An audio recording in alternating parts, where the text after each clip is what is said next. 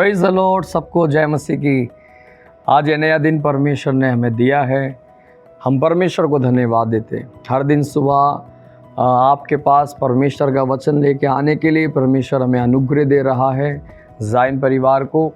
और आप लोग भी, हमें विश्वास है, इस वचन के द्वारा आशीष पा रहे हैं। और आज हम वचन से कुछ बातों को सीखेंगे। भजन संहिता उसका 47, उसका 47 अध्याय, उसका हेडिंग में जब अपनी बाइबल में देखेंगे, वहाँ लिखा हुआ है सर्वोच्च राजा। तो जब हम इस वचन को पढ़ रहे थे, परमेश्वर ने मेरे मन में कुछ बातों को सिखाया। हम जब परमेश्वर के सामने आते हैं, उसकी आराधना करने के लिए आते हैं या परमेश्वर के बारे में सोचते हैं, तो हम याद रखना परमेश्वर राजा है। और वो भी राजा नहीं, सर्वोच्च राजा। वो सब राजाओं के ऊपर है, वो है सर्वोच्च राजा। हालेलुया। तो पहले ही वचन के अंदर कोरहवंशी लिखते हैं, हे देश देश के सब लोगों तालियां बजाओ। हालेलुया। मैं इसको पढ़ने के समय परमेश्वर मेरे मन में डाल रहे थे, आज देश देश के लोग तो बात है ही है, लेकिन जब हम कलीसिया में होते हैं सब लोग, या किसी भी मीटिंग में होते हैं हम सब लोग, तो हम भी जब मौका मिले परमेश्वर की उपस्थिति में आने के लिए, तो हम परमेश्वर के लिए जब ताली बजाने का मौका मिले, सब लोग ताली बजाना चाहिए। तो मैं संडे चर्च में भी बोल रहा था, कुछ लोग ताली बजाने के लिए बोलते तो वो लोग ताली नहीं बजाते। कुछ लोग ताली बजाने का मतलब है थोड़ा सा ऐसे हाथ हिला देते बस। लेकिन जब कोई सेलिब्रिटी किसी के पास हम जाते हैं, कोई सेलिब्रिटी आया हुआ है, कोई नेता वहाँ पर आया हुआ है किसी भी जगह के अंदर, तो लोग बड़ी ज़बरदस्त ताली बजाते हैं। क्रिकेट के अंदर हम देखें, मैदान में किसी ने 6 मार दिया या कोई ऐसा कुछ काम हो गया, तो बड़ी ज़बरदस्त तालियां बजाते हैं, क्योंकि उनका इंटरेस्ट उनमें ज़्यादा है। तो परमेश्वर मेरे मन में अचानक डाल रहे थे, हम परमेश्वर के बच्चों के जीवन में भी होना चाहिए, इन सारी दुनिया की बातों से भी बढ़कर जब हम परमेश्वर की उपस्थिति में आए तो सबसे अच्छी ताली बजाना चाहिए। तो ताली बजाने में भी एक सामर्थ्य उतर कर आते हैं, हम आत्मा से भरकर ताली बजाते हैं, और सबसे बढ़कर हम यीशु के लिए ताली बजाते हैं, तो परमेश्वर की सामर्थ्य वहाँ उतरते हैं और बड़ा अद्भुत छुटकारा वहाँ लोगों के जीवन में ताली बजाने से भी होना शुरू हो जाता है। तो आप लोगों से मेरा ये निवेदन है, जब कभी आप चर्च में हो, किसी मीटिंग में हो, या आपको यीशु मसीह को स्वागत करने का या आराधना करने का मौका मिले, तो जब लिखा है ना सब लोग, तो सब लोग ताली बजाना चाहिए। चाहे हम छोटे बच्चे हैं, चाहे बड़े बुजुर्ग हैं, चाहे हम पढ़े लिखे हैं, चाहे हम अनपढ़ हैं, कोई भी हो, सब लोग ताली बजाना है। हालेलुया। कोई भी वहाँ पर ऐसे ही खड़े नहीं होना चाहिए। और आगे लिखा हुआ है, ऊंचे शब्द से परमेश्वर के लिए जय जयकार करो। तो हम बहुत बार देखते हैं चर्च में, कभी कभी ऐसा होता है, किसी पास्टर ने या किसी ने या किसी वर्शिप लीडर ने या कहीं पर भी ऑनलाइन में आप अटेंड कर रहे हैं, वहाँ बोलते हैं यीशु मसीह की जय बोलने के लिए या आराधना करने के समय जय जयकार करते हैं। तो बहुत सारे लोग बड़ा मुंह में धीरे धीरे जय जयकार करते हैं, या कभी कभी बोलते भी नहीं हैं। शायद वो नहीं जानते वो किसकी आराधना कर रहे हैं, इसलिए। लेकिन आराधना करने के लिए यहाँ पर वहाँ लिखा हुआ ऊंचे शब्द से हम जय जयकार करें। हालेलुया।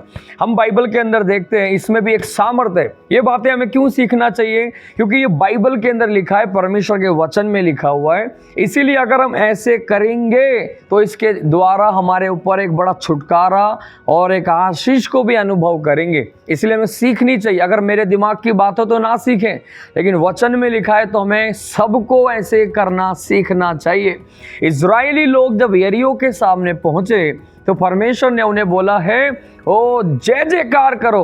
तो बाइबल जब आप पढ़ेंगे ना, यहोशू की किताब उसका 15 वचन 6 का 15 के अंदर लिखा हुआ है, फिर 7वें दिन बड़े तड़के उठकर उसी रीति से नगर के चारों ओर 7 बार घूमकर, केवल उसी दिन वे 7 बार घूमे, तब 7वीं बार याजक नरसिंगे फूंकते थे। तब यहोशू ने लोगों से कहा, जय जयकार करो, क्योंकि यहोवा ने ये नगर तुम्हें दे दिया। तो परमेश्वर ने उनको जय जयकार करने के लिए बोला। और 20वां पद को देखेंगे, तब लोगों ने जय जयकार किया और याजक नरसिंगे फूंकते रहे, और जब लोगों ने नरसिंगे का शब्द सुना तो फिर बड़ी ही ध्वनि से उन्होंने जय जयकार किया। तब शहरपनाह नींव से गिर पड़ी और लोग अपने अपने सामने से उस नगर में चढ़ गए। हालेलुया।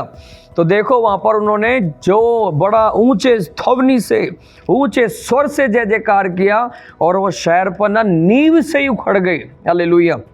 एक दिन परमेश्वर ने मुझे बोला, जब हम ऊंचे स्वर से प्रभु के लिए जय जयकार करते हैं आराधना के अंदर, तो आप समझ लेना, तो वो शहरपनाह या शैतान के बंधन ऊपर ऊपर नहीं टूट रहे, नींव से ही उखाड़ देगा परमेश्वर। हालेलुया।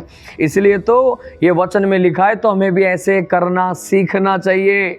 हम आप मुंह में नहीं करना। बहुत सारे लोगों को आराधना में ही छुटकारे मिल जाएंगे, बल्कि नींव से ही शैतान के सारे बंधनों को परमेश्वर उखाड़ कर फेंक देगा। आप भी ऐसे सीखना है, ऊंचे स्वर से यीशु के लिए जय जयकार करें। कुछ लोगों को डर होता है कि उनकी आवाज़ खराब ना हो जाए। काफ़ी समय पहले मैं भी जोर जोर से चिल्लाकर प्रार्थना और आराधना करता था। अभी भी परमेश्वर मदद करते हम करते हैं।